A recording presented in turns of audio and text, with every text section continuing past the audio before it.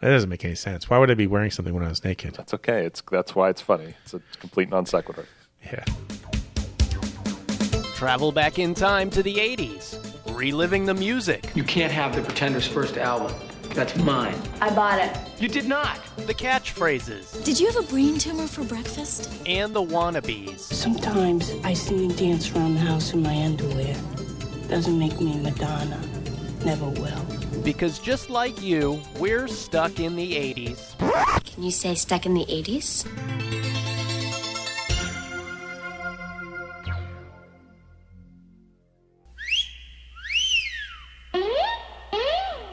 Man, dig that crazy chick. Who wears short shorts? We wear short shorts. Hey, welcome to Stuck in the 80s. It's your host, Steve Spears. And Brad in L.A. most of the time. And today we honor more TV commercials from the 80s that have become true earworms. This is drugs. This is your brain on drugs. Any questions? Steve, I'm not sure if you're aware, but Stuck in the 80s is now listener-supported by Patreon. It's just like being supported by TV commercials in the 80s, except we have no jingle, just my voice. And I'll just keep talking and talking and talking until you give us the PIN number for your ATM card or you sign up at patreon.com/stuckinthe80spodcast. You are very sleepy. Yo, friends, check this out. Roscoe's the name, and they call me the king. Grandmaster of the chicken and the waffle thing. I sit now, read my lips, and friends, don't miss a word. Cause the Grandmaster's gonna give you the bird. Hey, gang. It's time to talk about commercials again. We did this back in March for episode 594, back when we were just youngins. Back in the 500s, prehistory for the podcast. The idea was, I think I was in New York at the time, and we were looking for shows that we could do that didn't require a lot of research. One of the things that I had become addicted to while I was up there was listening to jingles from the 80s. And I started wondering, I'm kind of curious what the story is behind this one and what the story is behind that one. And so, what marketing genius came up with that? Yeah, I mean, you know the songs, but do you know the stories? So we did Be a Pepper, Big Red Chewing Gum, which has that classic story of Brad leaving chewing gum in his pants and washing them at his sister's house. It's amazing. Toys R Us, which I'm sorry, that's more than an earworm. That's more of a ear tumor. It's not a tumor. Kit Kat bars and a Folgers. You know, Folgers in your cup. Ugh. Boy, that sounded awful. I missed my calling. Thus ended Epic Trash's amazing comeback. When I was in the band, Epic Trash in the 80s, late 80s, I did sing a couple lines, but I think it was literally the same line. Love Shack, baby.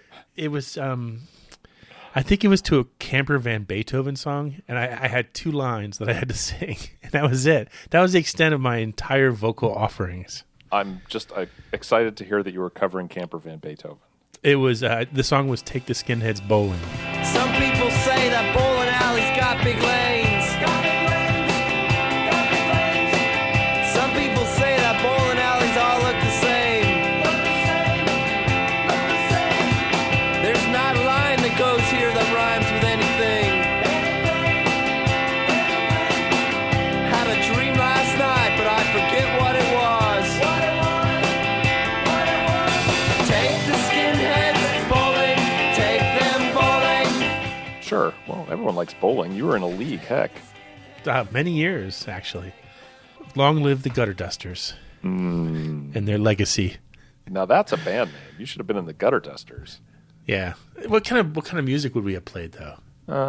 Like Southern rock, I think. Yeah. See, I don't know if I could do that. Sweet home, clear water. As soon as we finish the show, I'm driving back to Clearwater for a family feast. So speaking of driving, I'll just tease this little project I'm working on. After our last episode, which dropped yesterday, I think, the road trip mixtape episode, I am working on my own road trip mix. And it won't be a tape because, ain't nobody got time for that. No one has any way to listen to them. But I will put that out, get that put together, and I'll share that around. That'd be fun. Yeah. I thought that was a good show. I thought, we thought of some songs I hadn't thought about in a while. Yeah, and I will say I'm not using everything we had on that show, and I'm probably breaking at least 2 of my own rules. But you know what? They're my rules, and if I feel like breaking them, then who's going to get me into trouble? Do you know what rules yet that you're breaking? No. I might, I might have 2 songs by one artist, which I really don't like to do on a mixtape. Feels very lazy. I mean, I know which artist? Which artist? I'm not telling you. In the olden days, when you had a limited vinyl collection to make tapes from, then it's a little more forgivable. But right now, with literally the entire recorded history of mankind's musical output available to you at your fingertips, there's really no excuse for using 2 songs off of one album. That's fair enough. Maybe you could get away with, "We Will Rock You" and "We Are the Champions" because they're so married. Yes. Maybe. Well, they're drifters. That's all I can say. They're hobos. Anyway, let's get started. Here's our first jingle from the 80s.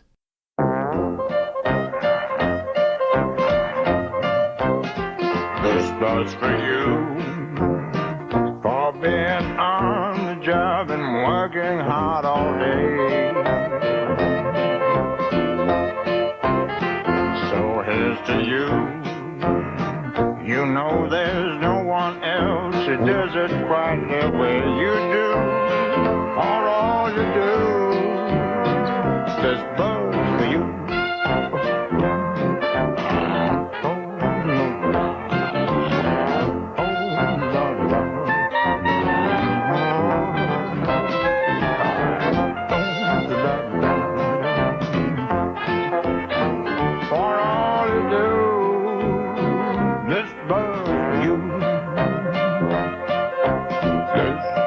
For you, buzz for you. You knew we were going to have a beer commercial eventually. Yeah, it's going to happen. This Buds for You is one of those crazy earworms that it survived a long time. It goes back to 1979, and it was created by, I think it was a St. Louis ad firm, which makes sense, Shocking. Budweiser and all. Yeah. And it was a minute long. And it featured a video of a lot of working men and women toiling in the field.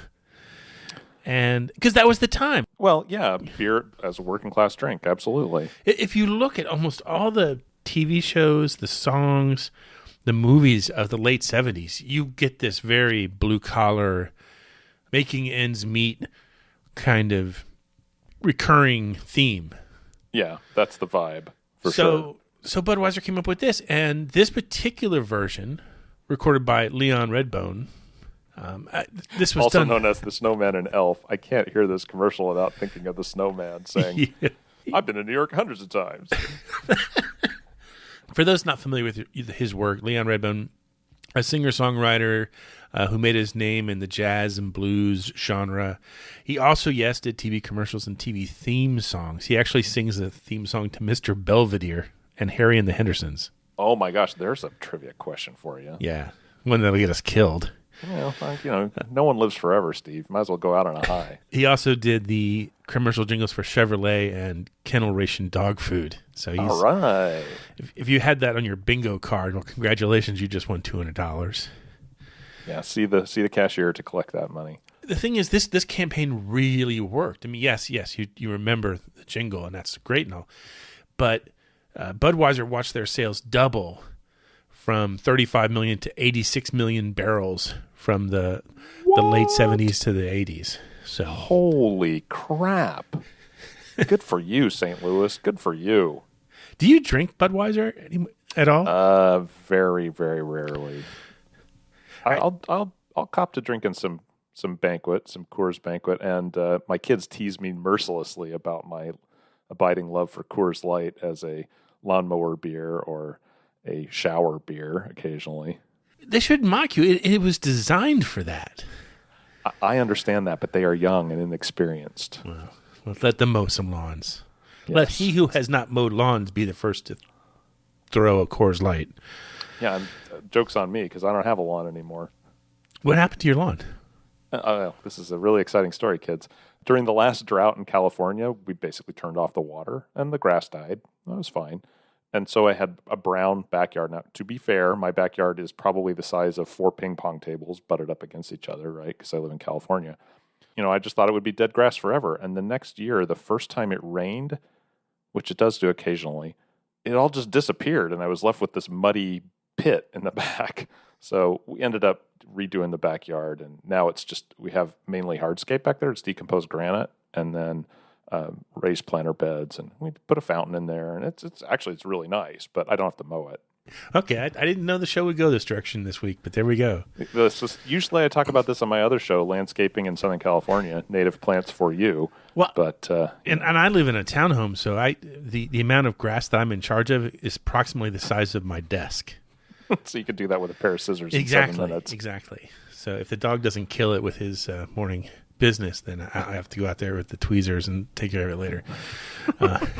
Can someone come by and wax the lawn, please? When we started talking about this jingle, I immediately remembered a movie quote from somewhere where some guy at a party says, "This bud's for you." And it took me about 15 minutes to remember that it's from the scene in Weird Science where the guys on the motorcycles break into the house. This bud's for you. That's still to me is one of the weirder John Hughes movies. I mean, no pun intended. Just doesn't really fit. It is an abstract anomaly. If you know that he wrote it in a weekend, then it kind of starts to fall into place a little bit more. He wrote everything though that fast. I mean, he wrote Breakfast Club and like during a bathroom trip or something. I mean, they all came out really fast. I mean, okay, I take it back. But it's just it is what it is. I mean, I wish that I could say that the low point in my life was writing Weird Science. So yeah, I mean, if you're looking to make a career in nerd wish fulfillment movies, you could do a lot worse than Weird Science. And I know Oingo Boingo, who performs the theme song to Weird Science, a song, by the way, that Danny Elfman hates because it was rushed through at the last second. Like the script. They also perform a version of this Bud's For You commercial, and it sounds like this. This bud's for you. There's no one else who does it quite the way you do. So here's to you. You know it isn't only what you say, it's what you do. For all you do, this bud's for you. That's a little peppy. Oh, that's fantastic. How on earth did that all come together? I want to be in the pitch meeting for that. Yeah. Hey, guys, you want to do a beer commercial? Oh, okay. See, the weird thing about Budweiser, you can keep the wardrobe. I guess I drank a lot of it maybe in the 80s or something like that. I remember going to Key West the first time, like either in the late 80s or early 90s. But I remember every bar we went into in Key West, you would say, "What kind of beers do you have?" They're like, "Oh, we have both kinds, Bud and Bud Light." Oh, super fancy. Anyway, our next jingle was actually suggested by Uber listener Marissa in Kankakee, Illinois. You guys remember this one? Don't give me that soda, the same old cola. I wanna pop, I wanna Shasta, I wanna taste pizzazz, all the great taste Shasta has. I wanna pop, I wanna Shasta, I wanna thrill, I wanna wow, taste it all, I wanna know. I wanna pop, I wanna Shasta. Shout out to OG listener Marissa. Yeah, that's a great one. This is one that when I saw it in the notes, I'm like, do I remember that? And then I click on the link and, oh, of course I remember that. I do want to pop, and I do want a Shasta. Shasta started out as the Shasta Mineral Springs Company at the base of beautiful Mount Shasta, California, way up north in 1889. But in 1928, they decided that was too many words and changed the name to the Shasta Water Company. They made mineral water, produced. I don't think they made water. Who am I kidding? They produced mineral water from Shasta Springs. It was put into glass-lined railroad cars and then bottled locally, which seems like manic right now, right? Like that just seems so crazy. Weren't they the first company that kind of introduced canned soda? Yeah, that was one of their big new marketing strategies in the 50s was we're going to can our drinks. I'm like, oh, this is amazing. God, like, do you even remember a time when you bought soda in bottles? Sure. I remember getting, like Orange Crush out of a machine, out of a pop machine that was in a bottle, and you put the quarter in and it would release the thing. You could pull them out. Remember that? You better stop with the whole pop nonsense right now. That doesn't fly down south. It's in the commercial. I want a pop. I want a Shasta. I'm just saying. I'm just That'll trying to get stay you beat on up theme here. Well, come up here then, big boy. You're so tough. It's Come such a see me in it's New such York. I'm walking here. It's such a weird thing. The whole pop soda stuff is such Coke. because in the South everything's a Coke. Yeah, in Oklahoma, I think I've said this. This is a completely logical sentence. Do you want a Coke? Yes. What kind? A Dr. Pepper. Okay. Out west, though, isn't Pepsi the more dominant brand? Not at my house. Okay. I mean, I know whenever you're in Vegas, it's like when you go around, that's all they sell is Pepsi. Yeah, well, Very can upsetting. say? It's troubling. So let's talk some more about Shasta. When I was a kid, Mom did not truck with us drinking a lot of soda, so we never really had it in the house. But we had neighbors. A lot of people, I think, that maybe don't have their grandparents close by, have some kind of proxy grandparents, if you will. And we had an older couple living next to us, the Fosters, lovely people. And they always had Shasta in their refrigerator. And it was this, to me as a little kid, I'm like, this is amazing. There are all these flavors, and I get to pick one. Like, oh, chocolate soda, that sounds interesting. Narrator voice, it is disgusting. But also, your traditional lemon lime and vanilla and cola. And it's like, well, this isn't a Coke, but it's soda, and I get to drink it, and this is pretty great. So I have a lot of fond memories of Shasta. I think I read at one point that they currently have 34 different flavors. 34. Yeah, well, isn't that kind of their thing? Is something for everybody? I guess. I mean, that just seems like overkill. I don't know. I know one time I tried their apple. I love apple juice more than life itself, and so apple soda to me is like proof that there is a God. But you're right. I remember reading something about they had a bubblegum soda. They had hibiscus. They even had a non-alcoholic sangria soda. Huh. That's that could be choice, fixed. Shasta. Just put a little vodka in there. It'll be just like the real thing. Oh my God. Anyway, the slogan Jingle, we think, was written by Al Jorgensen, the front man of Ministry. What? It's sort of one of these urban legends that we 99% sure he's at least performed it, but did he actually write it?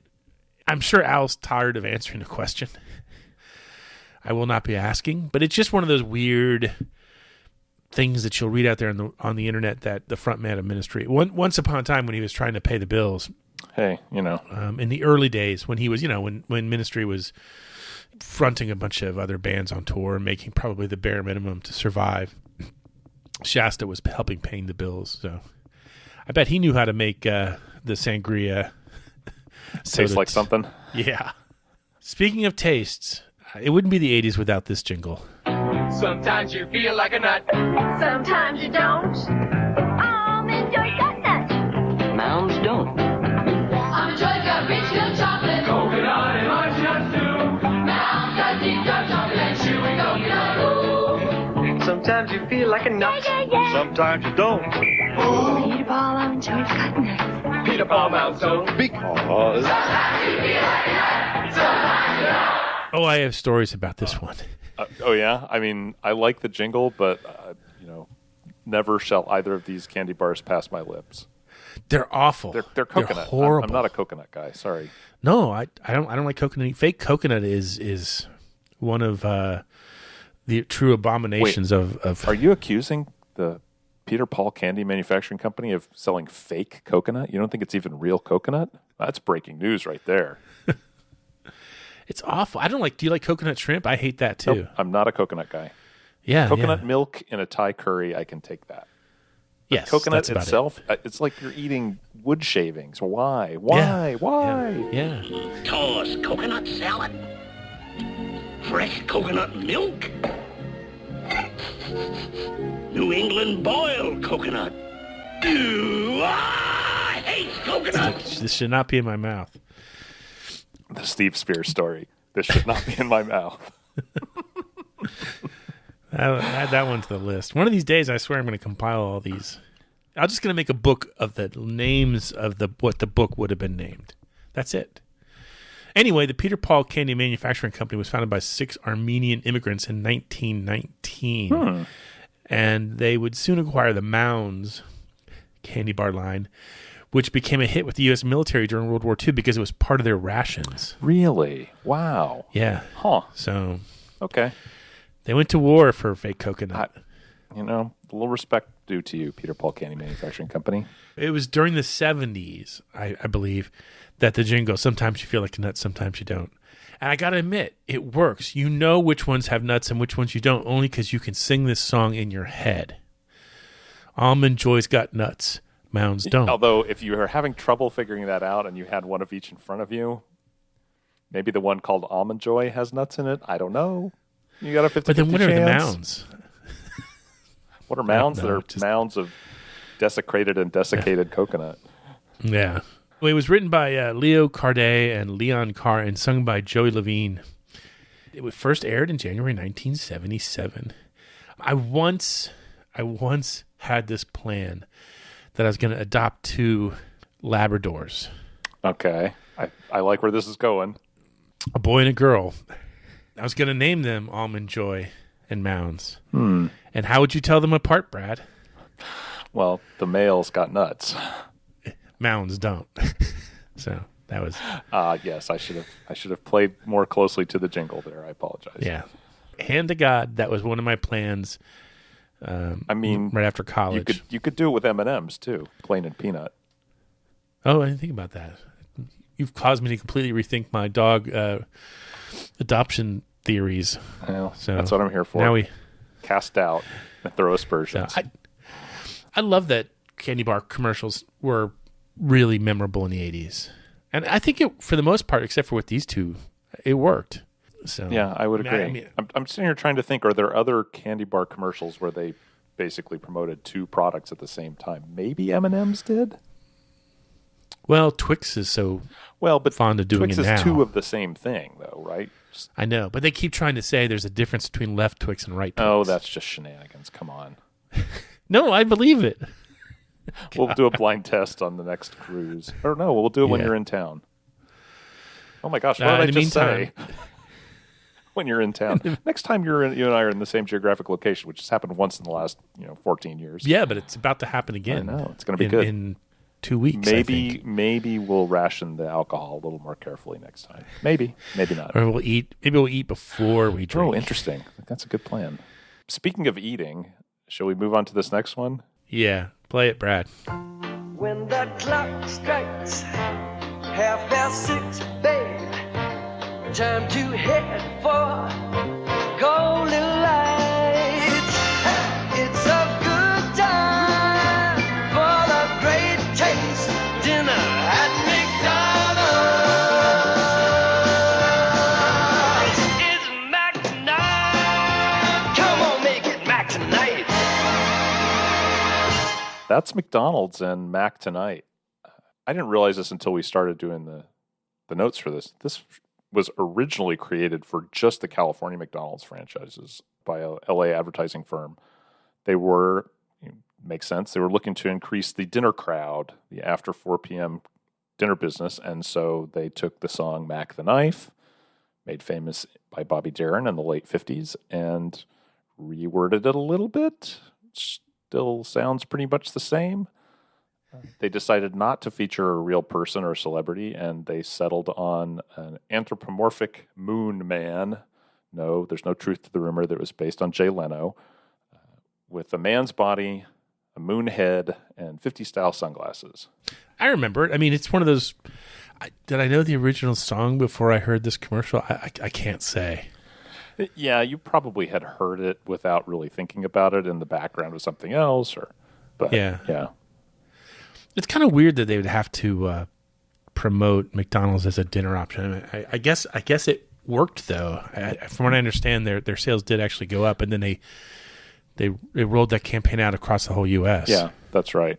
In the late 80s, Bobby Darin's son claimed that the song infringed on his father's trademark without permission, and so he filed a lawsuit. ... McDonald's stopped airing the commercials, so that commercial campaign ran for about 4 years. I would have thought by then it would have been public domain or...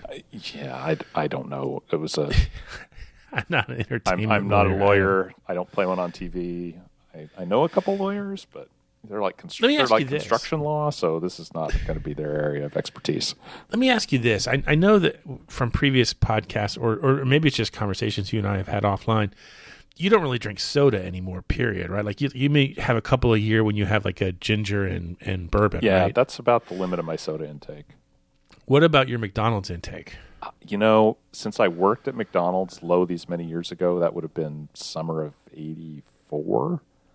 Right. I can't eat that stuff anymore. I think I've had the French fries maybe 2 or 3 times since then, and they make me feel gross afterwards. I'm sorry, McDonald's. It's not you, it's me. I worked there too, and it was 84. I think it was the spring Oh my gosh, of 84. we were McDonald's brothers. Yeah, and with the polyester outfits and the little hat. Smelled forever of grease. God, there's just no getting it off. Yeah, You might as well just... I assume some point in time they just take them outside and burn I them. just assumed that one day walking home I would spontaneously combust from all the grease in it in the heat of the Oklahoma summer.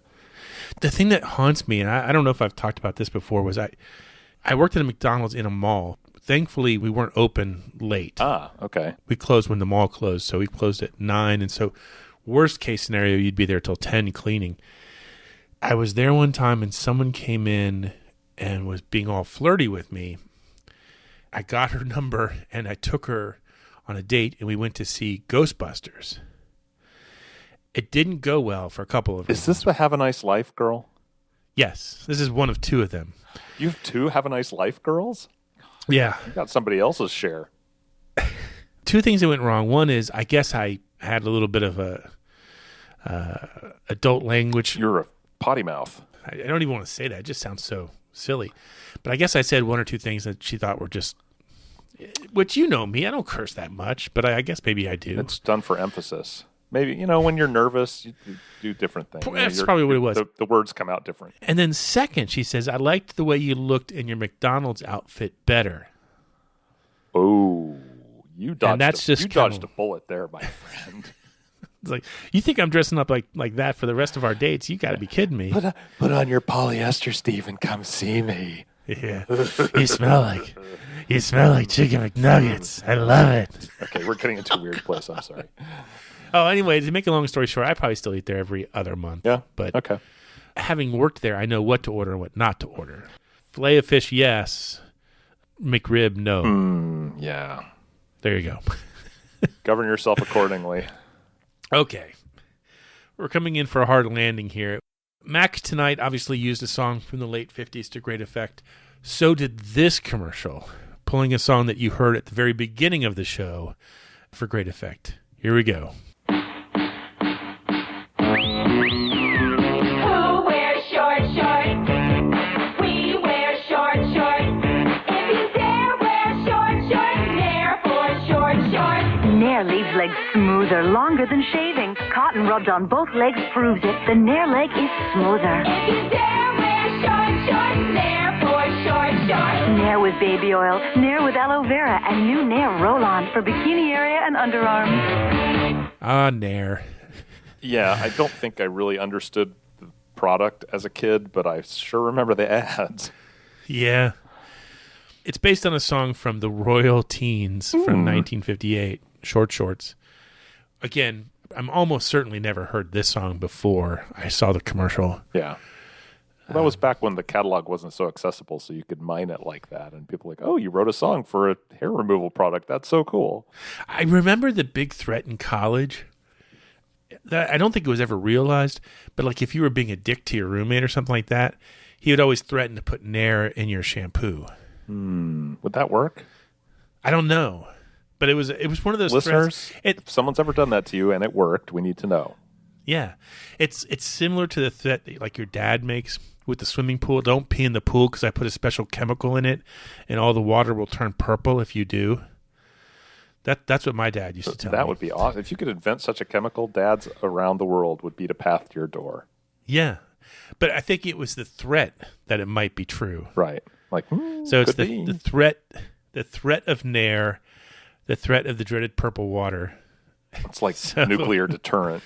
Yeah. Anyway, did you know that Nair dates all the way back to the 40s? Does it really? Oh my gosh. Yeah. This ad came around in 1975. It lasted through the 80s, and it did go on to win a Clio Award, which is the Oscar award for advertising.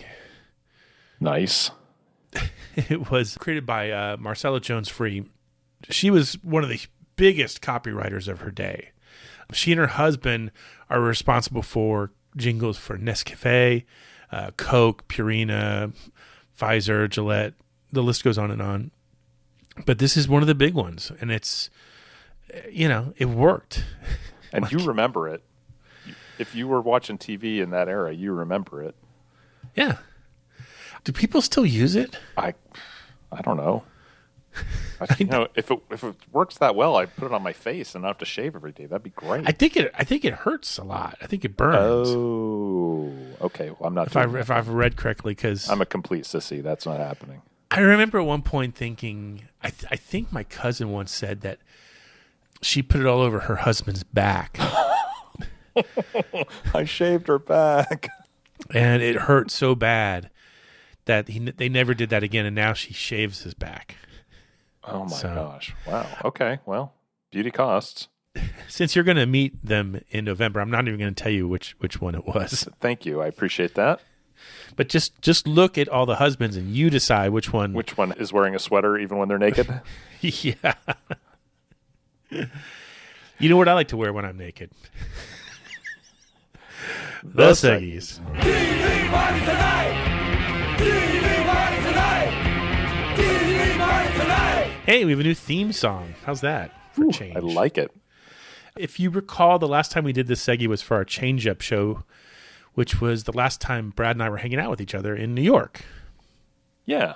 We might have been a little tipsy, maybe. Rambunctious. Maybe that came through in the show. I don't know. I'm told I swear a lot when I'm drunk. You swear a lot when you're drunk. F*** you, Spears.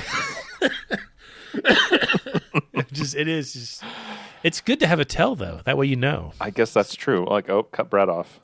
Yeah. Brad, would you like some seltzer? You. Okay. So when we did that show, if you recall, we were talking about hit songs from 1982. I think it was. And we said, we're going to give you different hits. And then we thought, well, why not change up the name of the seggy too? So from now on, I want my Mystery TV theme song will be known now as TV Party Tonight. So TV Party Tonight. I love it.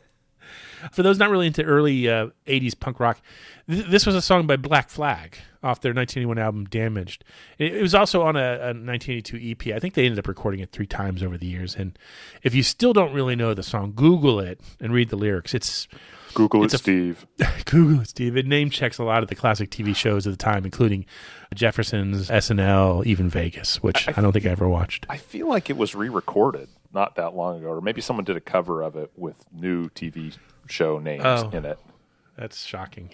Yeah. You might also have heard this on the Repo Man soundtrack, which is like a primer for us suburban dirtbags who are scared of the guys at the punk rock concerts. I've never been to one.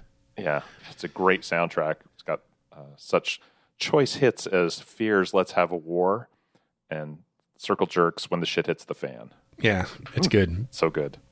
I think we did a whole episode on it once, a long time ago. Episode 94, July 2007. Very, very, very long time ago. Anyway, speaking of a long time ago, back when we did the Change Up show, this was the mystery song.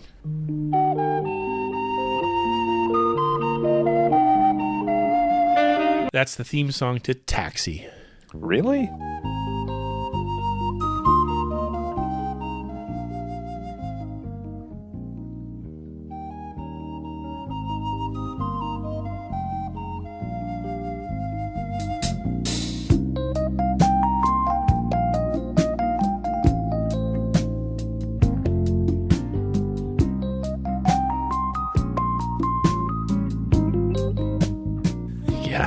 We didn't surprise too many people with this. I think maybe we would have surprised the people who are a little younger than us because they wouldn't have been around to watch this show on TV. Or the people who grew up on the moon. It lasted 5 seasons from 78 to 83. And here's what caught me off guard.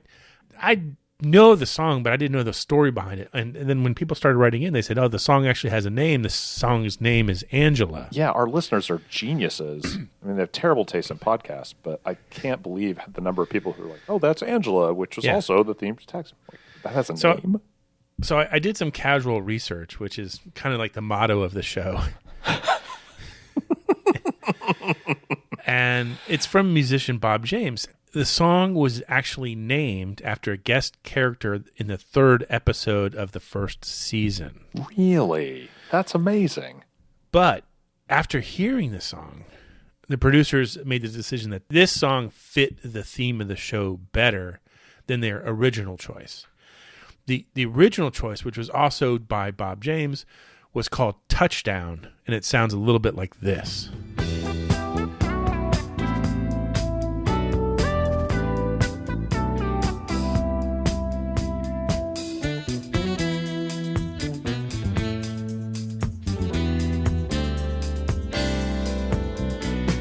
Same but different, a little bit more. I mean, at this point, it's hard to pull Angela out of its theme slot. You know, that's so entrenched. When you hear that music, you picture that shot of the cab going across the bridge. Sure, exactly. The challenge was not a challenge to most of you. We did, though, ask that if you submit an answer, you give us a new nickname, a change-up, if you will. I'm actually using my hands as I explain this. Are you gesticulating madly? Yeah, it's weird. It's completely pointless. So you did. For the most part, you did. Not everybody did, but most people did. And Brad is very, very sad and happy that he's going to spend the next 30 minutes of his life reading names. Steve's going to go roast a turkey that he just finished thawing. It'll be done before I get done reading this list of names. Are you ready, Steve? Yeah, if you need to take an intermission, in the middle to go use the facilities, feel free. Here we go. This week's winners include Beverly Hills Chops Johnson, Jason, my lord, the lawn has gotten long while I was away, Liquid Braino, Alan, no nickname Titus, Blasphemous Dave, Gamecock Mitch, Lido Ostrin Trades, The Cincinnati Kid, Ms. Spongy Monkey, Sweet Caroline with a K, Jamie Star, Bluefest, Douchebag Dave, Old Fitzhugh, Nick Nicholson, Bird 66, Brian McGaw, Tomb from the UK, Nolag O, maybe, I don't know. We got some foreign language stuff here, and I'm going to butcher it because I'm an American and I barely speak English. Tom Mace in Österreich. I'm assuming that's translated corn in Austria, but we'll let it pass this one time, Tom. Michelle from Oregon, the town, not the state, with whom I had a short email exchange about whether that was a flute or a recorder in the song Angela. I stand by my statement that it is a recorder. Cream Corn in Columbus, La Luna, Kim from Gladwin, Michigan, Kevin, you can dodge a wench, not just another Michael Hayes, still totally wicked in Boston, Brent Dorsman.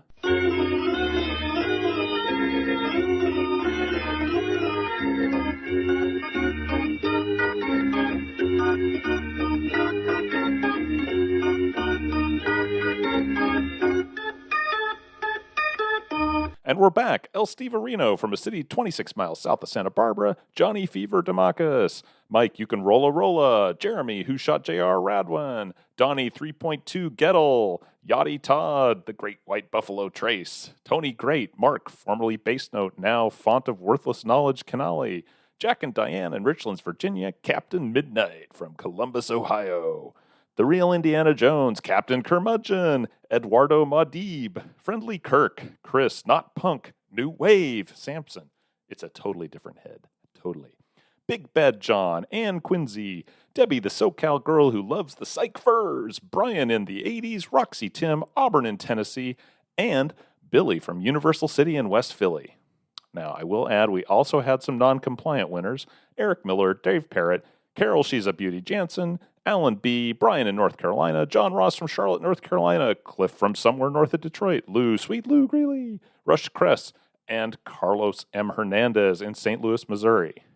But I want to give a big shout out to everyone else listening who knew the answer but didn't email in because you thought to yourself, Brad is going to collapse under the weight of an 80s phone book he's going to have to read if everyone sends in the answer. You people are the real MVP.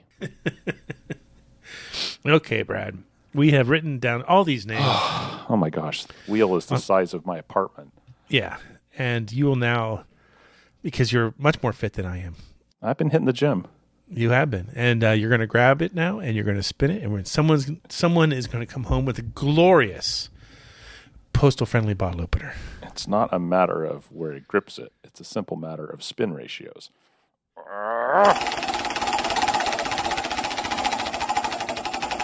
That thing's heavy. Wow. Yeah, no kidding. Anyway, looks like it's going to land on La Luna. La Luna is the winner. La Luna, send us your postal address so we can send you the postal-friendly bottle opener. It might be a while till Brad gets back into the friendly confines of the Western time zone before that actually happens. So we'll see. In the meantime, pay attention. Here's this week's Mystery TV theme song. If you know it, email us at podcast@sits.com and tune in a few weeks to find out if you are a winner. Please tell me now. Please tell me now.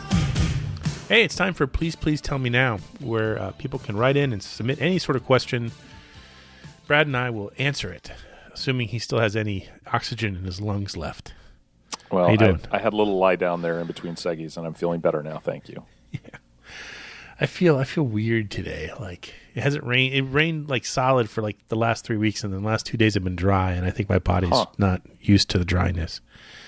I'm gonna have to slather some sort of moisturizer. Dryness. Oh my gosh. Yeah, I know. I'm sorry, dude.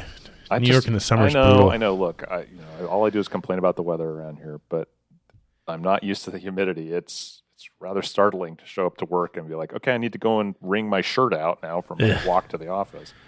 Can you just like carry your suit with you and then just change when you get there? Well, that's what I'm going to start doing. It's brutal. Anyway, this is fascinating. Sorry. Okay. It's more relative than most things we talk about on this show. This week we got a letter from New Wave Todd. Brad, why don't you take care of it? Yeah, here we go. New Wave Todd writes, "Hey guys, as I sit here working on July 13th, I can't help but break out my Live Aid set and listen as I pour through spreadsheets. What can I say? The life of a bean counter. As the music plays on, I remember that day vividly. Unfortunately, I had to work from 12:30 to 9:30 p.m. at Kmart that Saturday, but I had left strict instructions for my parents and younger sister to put a new VHS tape in the VCR when they saw that it was no longer recording and to hit record. I have to say they did a pretty decent job of it. I didn't miss any of my favorite acts. Anyway, PPTMN, when July 13 comes up on the calendar, do you still reflect on what is, to me, the defining day for 80s music as far as being in the spotlight? Or am I just on an island when it comes to the significance of Live Aid? Forever 80s, New Wave Todd." Wow.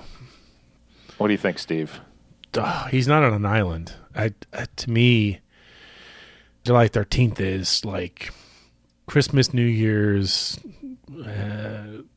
St. Patrick's Day, and Easter roll into one as far as an 80s holiday goes. Why do you hate Thanksgiving? I'm not a fan of tryptophan.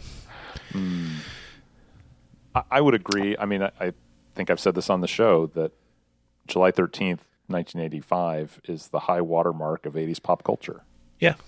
When the day came around this year, I remember putting something up on Twitter saying, and it was just a photo of, the stage in Wembley. Because when I think of Live Aid, I think more of Wembley than I do of JFK Stadium in Philadelphia. But I said, say what you want about our generation. We had Live Aid. Yeah. It is the Woodstock of the 80s. Proof that you can see a wrong and try to make it right.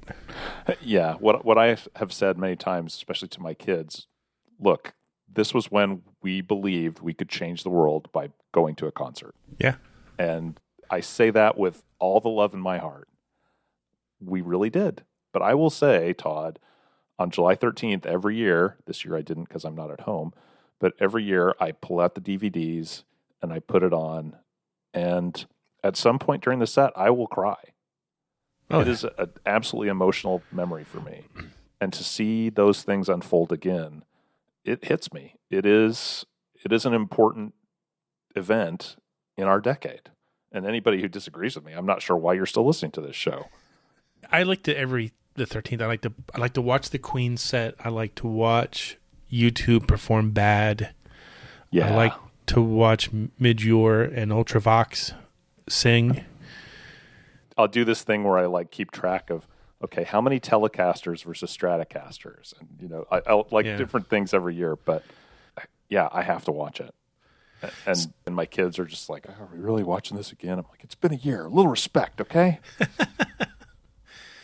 Well, we're at that odd anniversary. This was a 36th anniversary, so maybe when it turns 40, we'll do something again. We did a podcast, I believe, when it hit its 25th anniversary. Episode 205, July 2010. And it's a really good one. Go back and look for it. I think I wrote in. I think you guys read a letter from me on that show. Oh, great. Yeah. What I didn't realize, like the focus was always on London and Philadelphia and Band-Aid, but does anyone remember there was actually a Norwegian Band-Aid, and they had a song called All of Us? Here's what it sounded like. May we all be living to make a better world. May we all be giving more than we have ever heard. Let us all join together because we are here for Africa, for survival everywhere, survival everywhere. I have zero recollection. I was today years old when I heard this song for the first time. I don't remember. Somebody left a comment on one of my posts, and that's the only reason I know about it. This video is a trip. You need to check it out. I checked the stats this morning. It looks like we've had about 500 downloads in Norway this year, which is more than you would get by accident if someone was looking for a lefse recipe or maybe how to make pickled herring. So, Norwegian listeners, if you're out there, can you explain this song to us a little bit? I don't know who the people are. There's a piano on the beach. There's a dude in a bucket hat. There's a couple little kids that look like they're completely bored out of their mind through the whole thing. I'm puzzled. Yeah, context, I would please? love. Can we get some context? That'd be great. Anyway, if you got a letter for us, anything, email us at podcast@sats.com. Don't forget to put PPTMN in the subject line. We'll be right back after this commercial break. Brian Adams, Boomtown Rats, David Bowie. On July 13th, 1 billion people all over the planet will tune in to a music event that will never be repeated. The Live Aid Concert. Elton John. 17 hours of performers donating their time and energy to help raise funds for African famine relief. Alison Moya. From Wembley Stadium in London. The Pretenders. From JFK Stadium in Philadelphia. Queen. MTV will be at both shows, and we'll bring you all the music, live as it happens. This is what they mean by once in a lifetime. The Live Aid Concert, July 13th, on MTV. Hey, we're back. We got a few minutes left. Just wanted to say special thanks to our new patrons. There's 3 of you this week: Aaron Lopez, Kim Thornton, and Jonathan Thompson. We hope that you all will join us on our next Zoom happy hour. We have one scheduled for tomorrow. Tomorrow, yeah. I guess I better stock up on ice. Yeah. I'm not going to drink during this one. Oh, I will. I'll have a mocktail, which also sounds like it could be a Klingon word. Captain Kirk, mocktail. So I will not submit to your mocktail. What was the other weird word I came up with earlier that sounded like a snot spigot? Yes. We're nothing if not classy and sophisticated around here, stuck in the 80s. Right. If you could only have watched us in the build-up to this recording. Yeah. Aaron, Kim, Jonathan, it does get better. Thank you for joining us. Thank you for supporting us. Yes. We'll try to live up to your lofty expectations. Yeah. I hope we planted some good ear jingles into your heads. We will continue the series. By all means, continue to send us your suggestions. 3 of them made it into this week's show. But in the meantime, until Brad and I are hanging out again at Sarge's Deli, trying to eat off a corned beef coma, we remain here, separately, but hopelessly, stuck in the 80s. Who wears short shorts? We wear short shorts. Stuck in the 80s is now on Patreon. If you'd like to support the show, go to patreon.com/stuckinthe80spodcast. Special thanks to Check Battery Daily for our theme music, and thanks for listening.